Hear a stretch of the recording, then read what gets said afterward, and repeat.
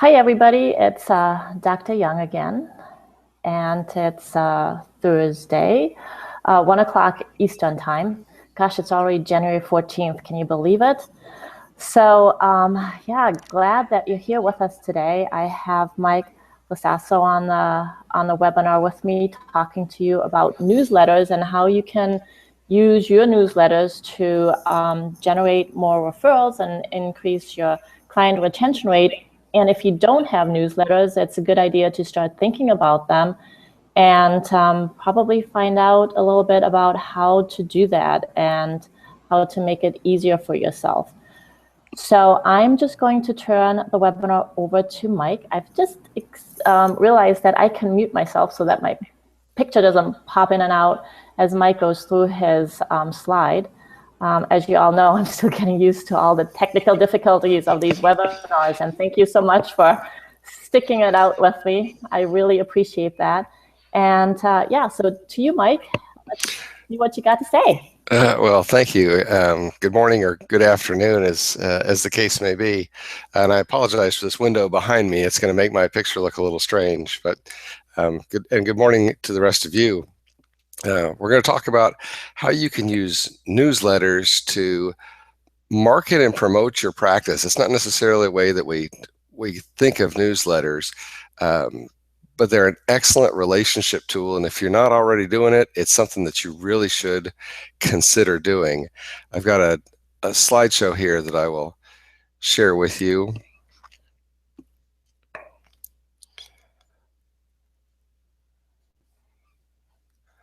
So you can see my entire screen.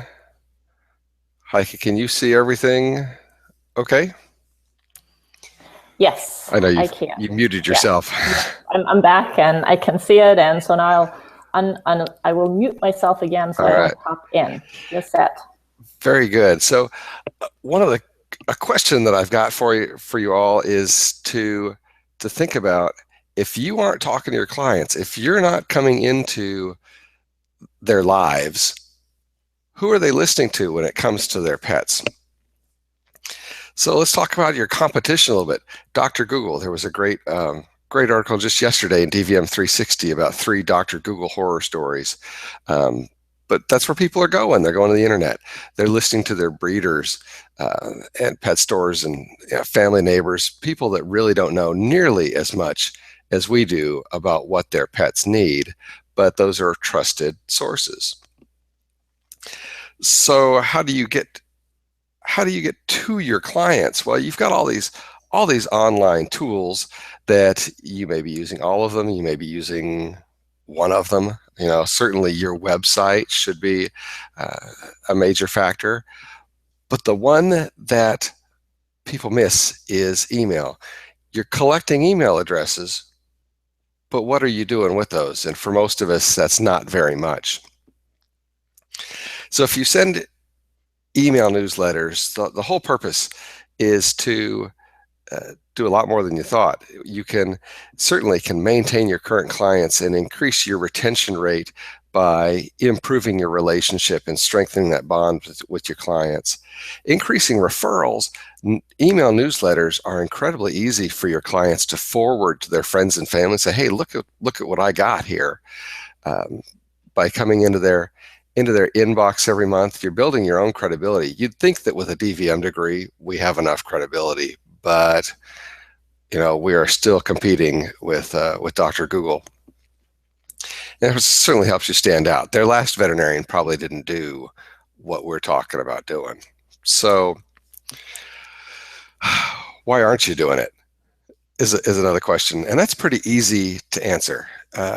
Especially when it comes to print, it's very expensive. Online newsletters, email newsletters really are not.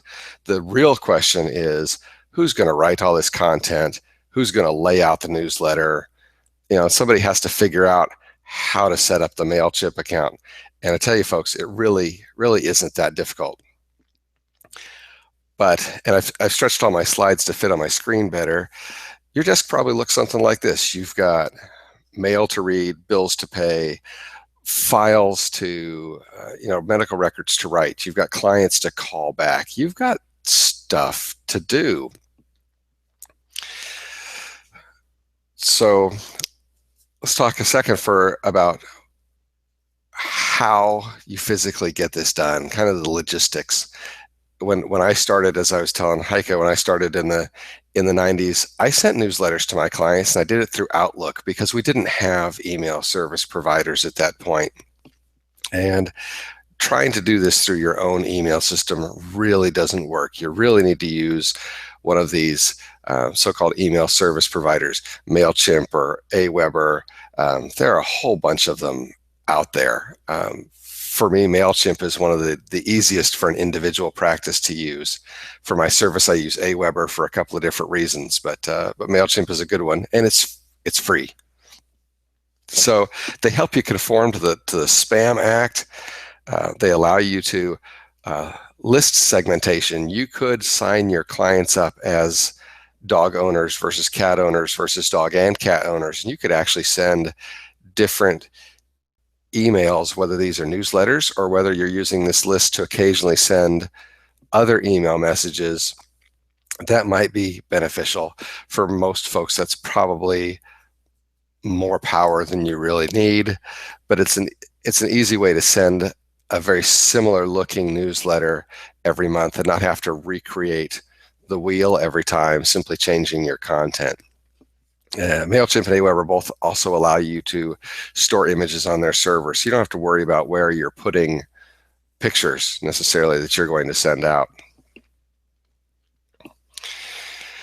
The other big stumbling block, I think, for veterinarians is the content. Is what am I going to put in these newsletters? Who's going to write this stuff? So if you already have a blog, if you put up a blog post once a week, well, you've got 4 newsletter articles. There's no reason you can't repackage or repurpose that content and send that out essentially as your newsletter, or use one of them or 2 of them, but you've already got content if you blog.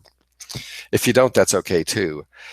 I use an editorial calendar, and all that is for me is a spreadsheet, and that shows what the topics were for any given month over the past few years, and I populate that with upcoming months. So a lot of, for my own newsletter service, a lot of my articles are topical or timely. So there's going to be something about dentistry in January as well as in February. I generally address heartworm disease, in April, and start talking about heat stroke. We see heat stroke very early down here in North Texas, so generally start talking about heat stroke in May. Of course, in May, we've also got Mother's Day, and you've got some of these other holidays, because as we'll talk about in just a second, it's not all about the medicine. This is not, you're not trying to bring in super technical journal articles for your clients. You're just trying to connect. So some of your content is going to be a very easy, short read on some medical aspect, but some of it also is going to be, we've got a staff member that's getting married, or congratulations to all the graduates from high school in the practice, or from college. Every June we have all these graduates. So it's not just about the medicine. It's about sharing yourself and your practice with your clients and letting them see you more as people than as a business, while still bringing valuable pet-related content to them and being relevant. So here are a couple of examples of things to think about. So Dr. Baird is in Florida, and she actually puts her picture at the bottom and her signature. Now, this is a non-legal, non-binding signature, in case you're concerned about somebody stealing this off the website or out of her email somehow. But that really personalizes what she's sending out. You'll also notice at the bottom, one of the benefits of using an email service provider is that your clients, if they want to stop receiving, can simply unsubscribe with the link at the bottom, or they can change the address at which they're receiving your newsletter. Another bit of content to think about especially if you've got a relatively large staff, is an employee of the month. I mean, this is a great way to help your clients, meet some of the staff. And sometimes these are the people that they're going to be meeting as soon as they walk in the door. I would start with your receptionist personally, so that your clients kind of know what to expect, and they get to know that front office staff a little bit better.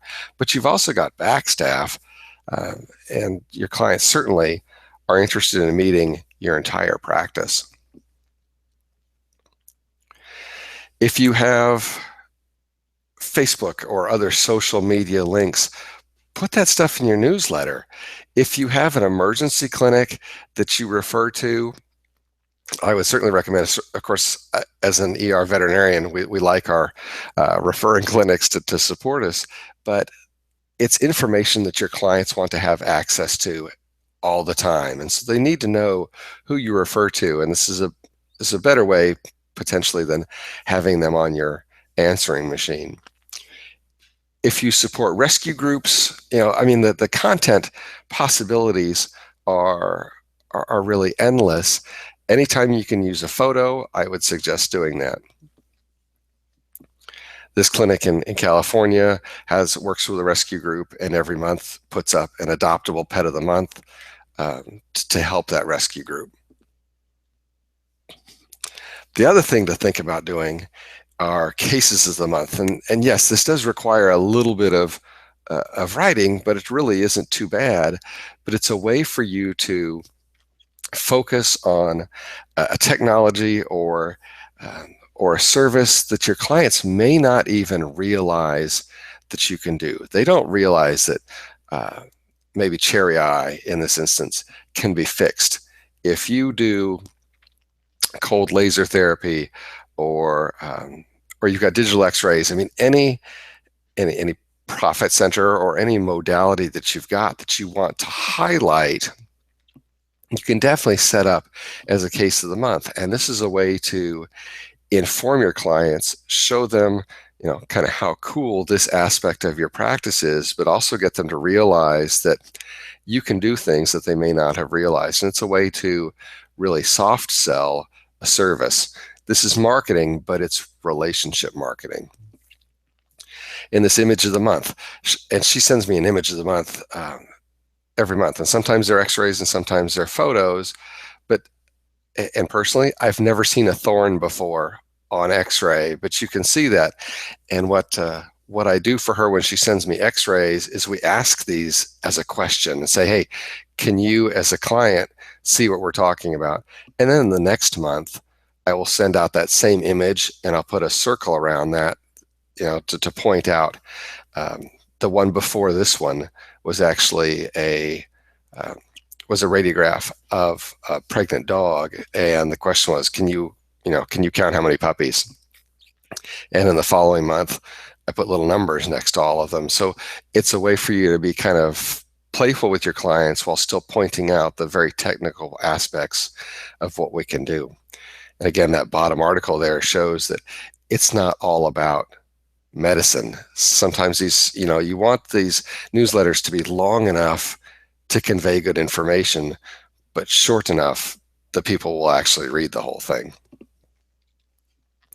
4th of July, this is a great way to advertise not only the fact that the holiday's coming and to help celebrate with your clients, but to mention that you're taking boarding reservations, and that there are services that you can help with the thunderstorm and the firework anxiety that some of these dogs exhibit, that you can really help your clients. And it's a way, again, to soft sell, especially that boarding service. I would definitely recommend including, bringing your practice logo. It's name recognition, right? So having your practice logo up at the very top and putting your contact information, including your phone number, in there, so that people have get used to seeing that and have ready access to it. The border that we chose for this particular slide is taken directly out of the colors for her logo. So you can build some real brand consistency there at the same time. That was a lot in a very short period of time. And Heike, we certainly can take questions, or if you've got questions about how to actually physically set this process up, certainly welcome to ask those. Yep, I'll put this absolutely. and I'll put this slide up here now, just so you know how to get in touch with me. So I run a service, and I have for the last 4 years, of providing email newsletters for my client hospitals. Some of them give me content every month, and some of them do not. And even if they don't, their clients get a custom-made email newsletter every month directly from that practice without them having to do anything. And I have set up a special on my site. There's at that newslettersforvets.com/beyond is a special sign up page for people that come to me through this webinar, whether it's the live webinar or whether it's a recording. Nice, thank you. We'll go back to that slide in a second. So if you have any questions, just type them into the chat box, and I will convey those to Mike. I don't know, Mike, if you can see the chat box or not, but I'll read them to you if you can't. So just from a personal standpoint, newsletters, as easy as you make it sound, they're difficult to write. Doesn't matter if you're using MailChimp or Aweber, just getting used to that whole service is difficult. It requires time, and it requires a learning curve. So, if you could go with somebody like Mike, I would highly recommend it, just because I know from personal experience how difficult it is to figure that out, and then to come up with content all the time. So Nicole said, what is the best way to share newsletters with clients? Yeah, email, Facebook, hard copies and offers, all of these. What's your take on that, Mike? I find that hard copies are, so I tried when I first set up my service. My idea was that I would send it out by email, but I would also make a PDF version available for my clients. I did that for, almost 3 months before I had a nervous breakdown. The layout for email is so different than trying to fill a page on a PDF that I wouldn't try to do both personally. If you use, I know from personal experience from using both MailChimp and Aweber, and I have not used any other email service provider, so I can't speak to them.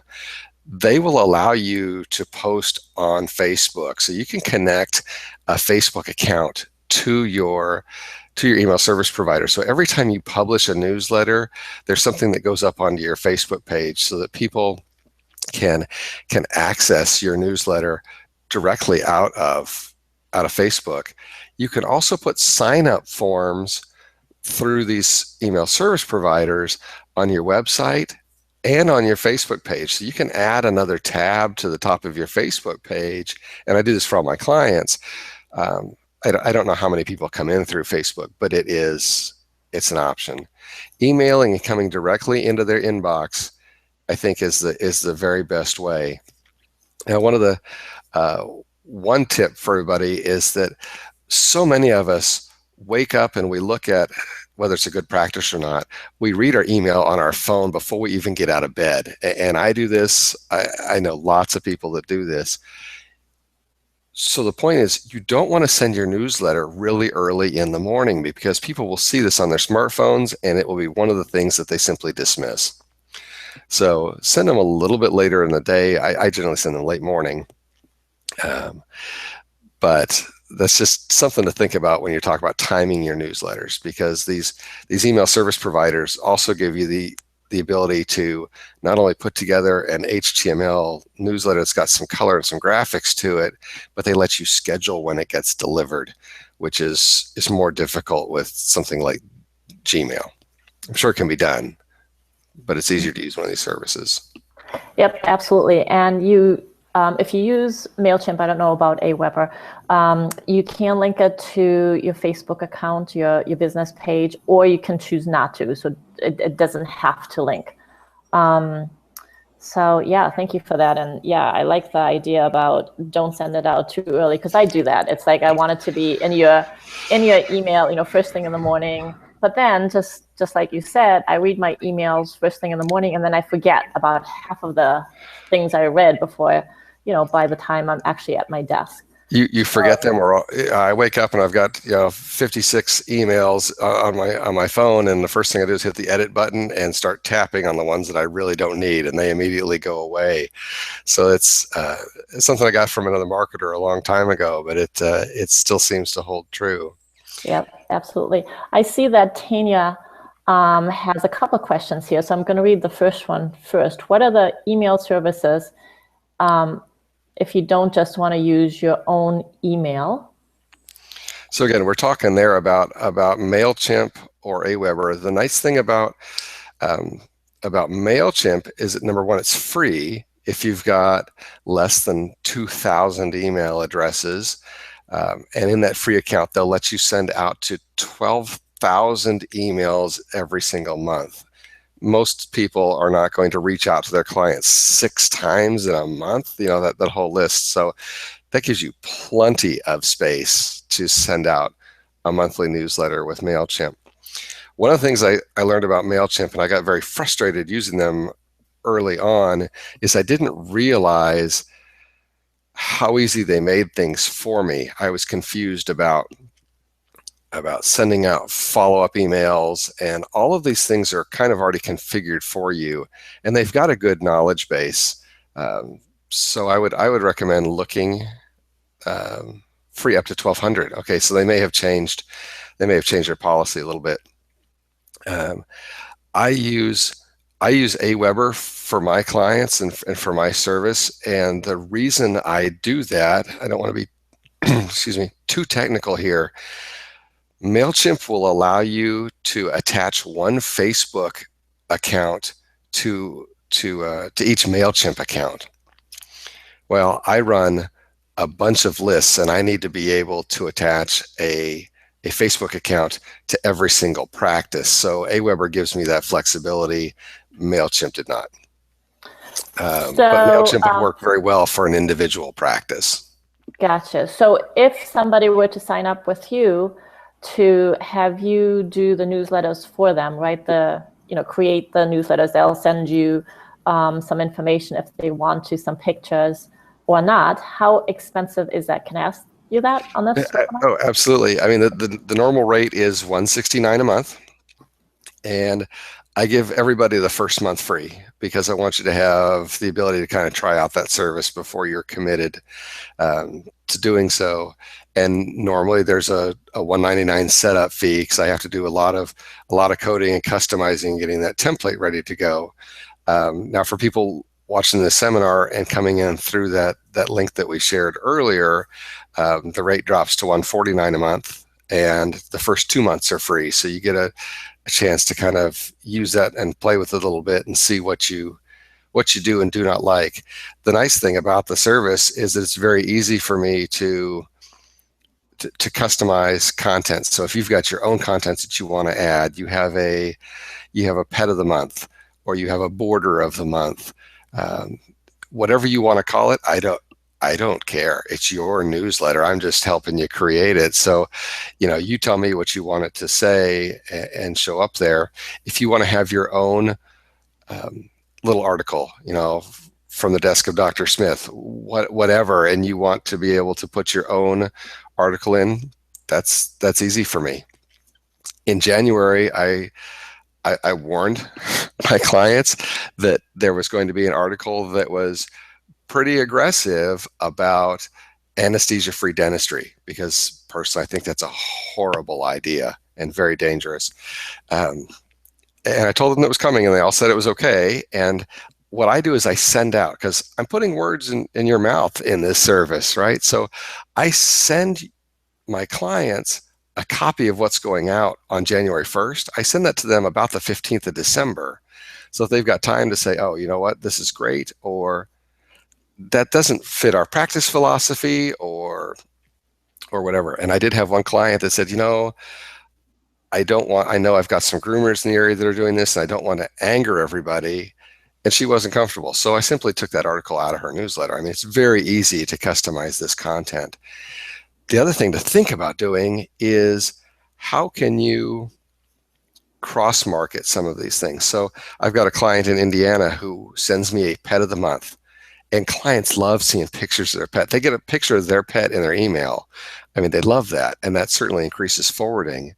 She also takes that same pet of the month picture and uses that as the profile picture on the practice Facebook page. Dr. Baird in Florida, she sends me a border of the month. So she chooses her pet of the month from those dogs that are boarding with her, and all the pictures are at her boarding facility. And she also puts that picture on her website every month and updates it. So there's some continuity there, and the color of the newsletter matches the colors that are found on our website. And we want to create a brand. Veterinarians aren't used to the concept of marketing. It's not something that we're taught in school. At least it wasn't something I was taught 25 years ago. Right. Absolutely. We've gotten better. Yep. Excellent information. So Tania has one more question. How long should these newsletters be? Number of words, articles, etc. Short verbs are best? ? So, and Tanya asked too about blogging, and what I can't do for my clients is link back to articles on their website. I can if they send me that content, but it's not something that I can do because I'm not posting articles on your website as a blog. If you've got a blog, you could certainly, and if you've got a long article, you could have a 300 or 400 or 1,000 word article on your blog site and simply include the first couple of paragraphs as the article in the newsletter, and put a read more link in to drive traffic then to your website. That would be very easy. And if you're already creating content, use it again. I mean, because if you think about it, not all of your clients are going to be reading your blog. I mean, realistically. So, and not all of them realistically are going to be reading your newsletter either. I mean, that's also a hard thing for veterinarians, especially as you think of yourself now as a marketer. Industry average is probably 9 to 10% open rate. Most of my clients enjoy about twice that, and I think that that's not be anything that I do that has to do with the title of the newsletter, but it also depends on who it's coming from. And you're a trusted source, and your clients will open your newsletter, probably 20% of them every month. But that's going to be a different audience that reads your blog. So if you've got a great heartworm prevention article on your blog already, use that content, and use the old stuff too. It doesn't you don't have to write a new blog post to put that in the newsletter. If you wrote a brilliant blog post a year ago, well, include the same photo that's in it in your newsletter, and put in the first paragraph and have that read more link, and send people to the bigger, if they're interested. That way people that aren't interested in that topic can skip that. So I generally put in 3 articles, and they're generally fairly short. Excellent. So while I read the last question to you, because we're starting to run out of time, could you put that slide back up with your link and your phone number in case people had some more questions and wanted to get in touch with you directly? And while you do that, there's another question. Saw a blog the other day that was searchable. Can newsletters do that also? No, well, I don't know that I understand the question well enough. I'll try to answer that, in that if you use one of these email service providers, just put that up that way. If you use an email service provider like Aweber or MailChimp, either one of those will provide an archive. So they're not really searchable, but people can go back and look at previous editions of your newsletter. it's not nearly as powerful as the search bar in a blog, and you don't have categories because this is just an email, but people do have access to older content. Excellent. So I'm just going to give you a quick plug because we're out of time. If you're thinking about doing newsletters for your clinic, I think the special that you're getting at $149 per month and 2 months free is phenomenal, because I know how much time goes into newsletters, and having something that looks very professional with your banner on it and colors that match, I think it's just a phenomenal opportunity for you. So with that, thank you, Mike. And I'll be back next Thursday at 1 o'clock Eastern Standard Time. Have a great week. And if you have any more questions for Mike, absolutely reach out to him either by phone or via his website. Okay, bye-bye.